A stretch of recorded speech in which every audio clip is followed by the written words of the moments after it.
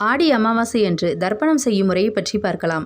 நாளைய தினம் அதிகாலையிலேயே எழுந்து சுத்தபத்தமாக குடித்துவிட்டு வீட்டில் இருக்கும் பெண்கள் அமாவாசை படையலுக்கு தேவையான சமையலை செய்ய வேண்டும்.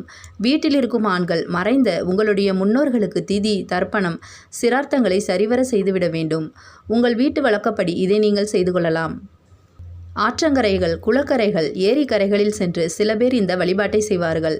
இந்த அமாவாசை திதியன்று எங்களால் முன்னோர்களுக்கு எந்த வழிபாட்டையுமே செய்ய முடியவில்லை என்பவர்கள் கூட ஒரு கைப்பிடிக்கு அளவு கருப்பு எள் வாங்கி கொண்டு போய் ஒரு மரத்தடியில் போட்டுவிட்டு ஒரு 5 சொம்பு தண்ணீரை அந்த மரத்தடியில் ஊற்றிவிட்டு உங்கள் முன்னோர்களை மனதார நினைத்து வணங்கினால் கூட முன்னோர்களின் ஆசீர்வாதம் கிடைத்துவிடும். நாளை ஆடி அமாவாசை.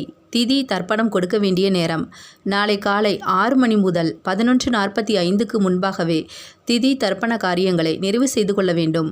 பிறகு மதியம் 1:30 மணிக்கு மேல் வீட்டில் உள்ள இறந்த